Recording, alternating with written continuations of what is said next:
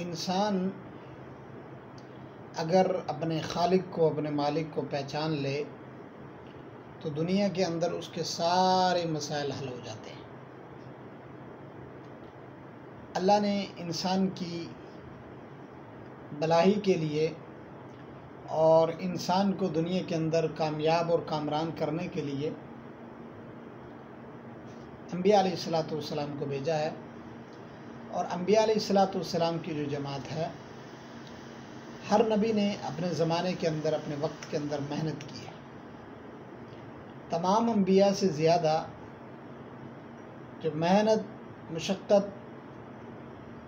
جناب نبی اکرم صلی اللہ علیہ وسلم نے فرمائی ہے، وہ دنیا انسانیت کا ایک اہم حصہ ہے۔ ویسے تو ہر نبی، ہر رسول اپنے مشن کے اندر کامیاب، بلکہ کامیاب ترین رہا، لیکن رسول اکرم صلی اللہ علیہ وسلم کی وہ ابدی دعوت، جس دعوت کے ذریعے آج آپ مسلمان ہیں، میں مسلمان ہوں، بلکہ دنیا کے اندر بسنے والا ہر وہ مسلمان، ہر ایمان والا جو اپنے آپ کو مسلمان کہتا ہے، مومن کہتا ہے، یہ سارے کا سارا صدقہ ہے اور مرہون منت ہے آقا نامدار حبیب کبریا جناب محمد الرسول اللہ صلی اللہ علیہ وسلم کی اس عالمگیر ہستی کی وجہ سے کہ جن کی دعاؤں اور جن کی محنت، مشقت اور جان فشانی سے آج ہم مسلمان ہیں۔ اسلام ایک عظیم دولت ہے، ایک عظیم نعمت ہے۔ چنانچہ تاریخ اسلام کا اگر مطالعہ کیا جائے تو تاریخ اسلام کے اندر ایسی ایسی شخصیات ملتی ہیں کہ جنہوں نے دل کے اندر یہ ارادہ کیا کہ وہ بارگاہ رسالت کے بالکل قریب نہیں جائیں گے، بارگاہ رسالت سے فیضیاب نہیں ہوں گے، لیکن نبوت کے انوارات اور نبوت کی برکات نے ان کو اپنی طرف ایسے کھینچا کہ انہیں بھی پتہ نہیں چلا۔ چنانچہ مشہور صحابی رسول حضرت طفیل دوسی رضی اللہ عنہ مشہور صحابہ میں سے ہیں، اور یہ یمن کے مشہور قبیلہ دوس کے تھے رہنے والے۔ ان کے بارے میں صحابہ اکرام کی تاریخ پڑھنے سے پتہ چلتا ہے کہ یہ شرفائے عرب میں سے تھے اور بڑے ادیب اور اپنی زبان یعنی عربی زبان کے بڑے ماہر تھے۔ قبیلے کے سردار تو تھے ہی، لیکن اس کے باوجود پورا عرب ان کا استقبال اور ان کا ویلکم کرنا اپنی سعادت سمجھتا تھا۔ چنانچہ یہ یمن سے نکلتے ہیں اور مکہ المکرمہ پہنچتے ہیں۔ اس زمانے میں چونکہ اسلام آ چکا تھا، اسلام کا سورج طلوع ہو چکا تھا، تو سرداران قریش ہمیشہ اس طاق میں لگے رہتے تھے کہ جب بھی کوئی سردار یا کسی قبیلے کا معزز فرد یا کوئی معزز اور محترم آدمی باہر سے آتا تھا تو مکہ سے باہر نکل کر اس کا استقبال کرتے تھے اور مکہ المکرمہ کی ساری صورتحال کا انہیں بتلا کر یہ ان کے ذہن کے اندر بٹھا دیتے تھے کہ ہمارے قبیلے یعنی قریش کے اندر ایک آدمی نے نبوت کا دعویٰ کیا ہوا ہے، اور جو کوئی اس کی بات سنتا ہے تو وہ اسی کا ہو جاتا ہے۔ چنانچہ حضرت طفیل دوسی رضی اللہ عنہ جب یہ مکہ المکرمہ میں داخل ہوئے ہیں تو ان کا والہانہ استقبال ہوا، اور استقبال ہونے کے بعد ان کو سرداران قریش نے اپنے پاس بٹھایا، ان کا اعزاز و اکرام کیا، اور اعزاز و اکرام کرنے کے بعد انہیں پوری صورتحال بتلا دی گئی کہ ہم ہی میں سے ایک فرد فرید ہے، اس نے دعویٰ نبوت کیا ہے، وہ اپنے آپ کو نبی اور رسول کہتا ہے،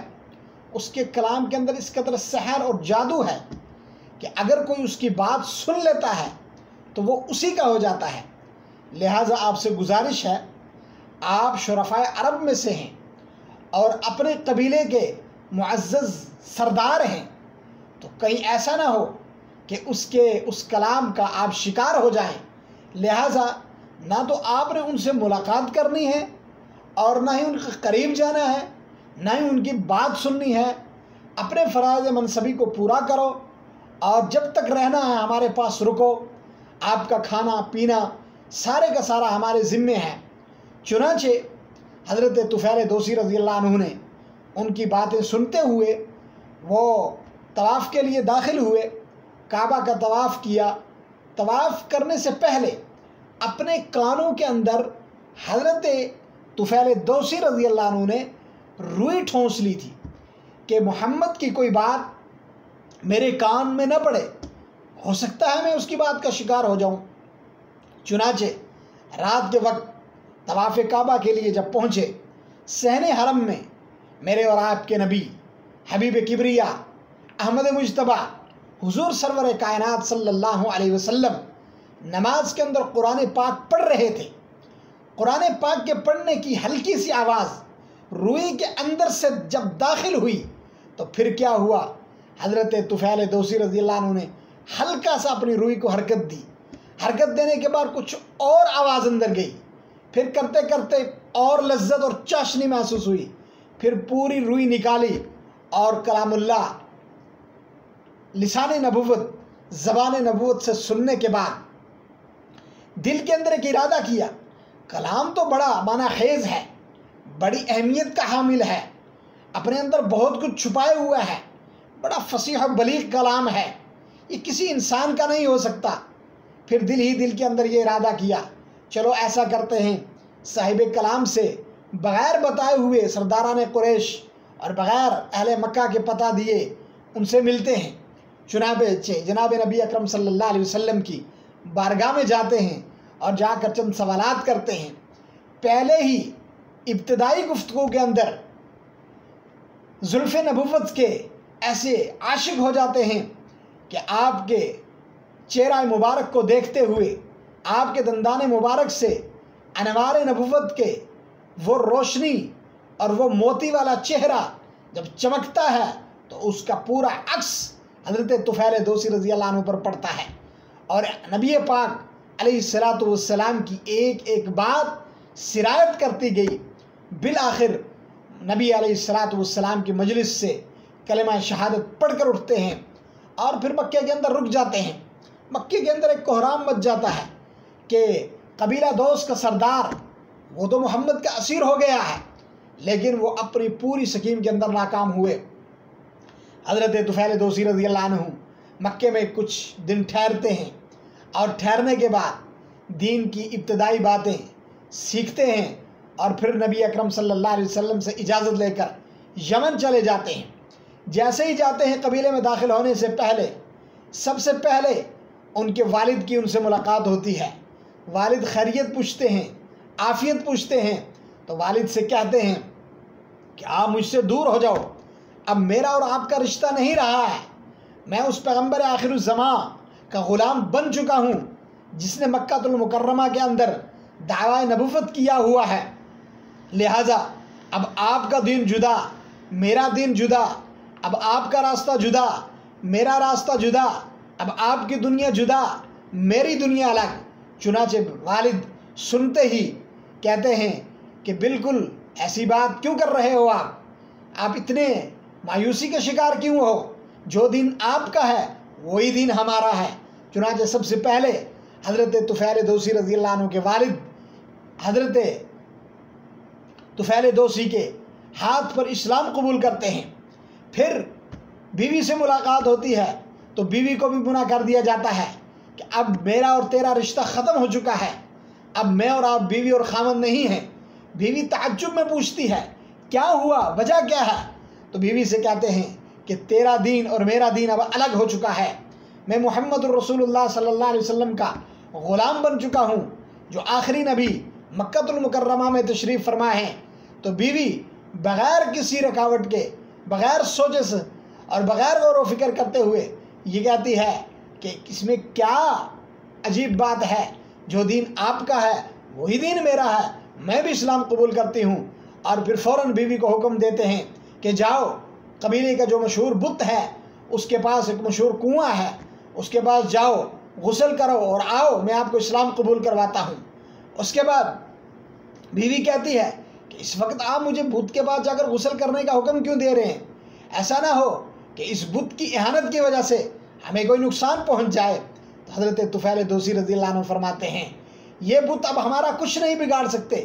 ان بتوں کے اندر وہ طاقت نہیں ہے کہ کسی کا کچھ بگاڑ سکے۔ میں تو اس لیے آپ کو کہہ رہا ہوں کہ قبیلے والوں سے، عام لوگوں سے پردے میں رہ کر آپ غسل کریں۔ چنانچہ ان کی بیوی آئیں اور اسلام قبول کیا، پھر قبیلے والوں کو دعوت دی اور پورا ماجرا اور پورا قصہ سنایا۔ اس کے بعد قبیلے والوں نے کہا کہ ہمیں کچھ دیر کے لیے سوچنے دیجئے، غور و فکر کرنے دیجئے۔ تو کچھ دن رہنے کے بعد حضرت ابو ہریرہ رضی اللہ عنہ کو ساتھ لیا اور بارگاہ رسالت کے اندر چلے گئے، اور جناب رسول اللہ صلی اللہ علیہ وسلم سے فرمایا یا رسول اللہ صلی اللہ علیہ وسلم آپ دعا کیجئے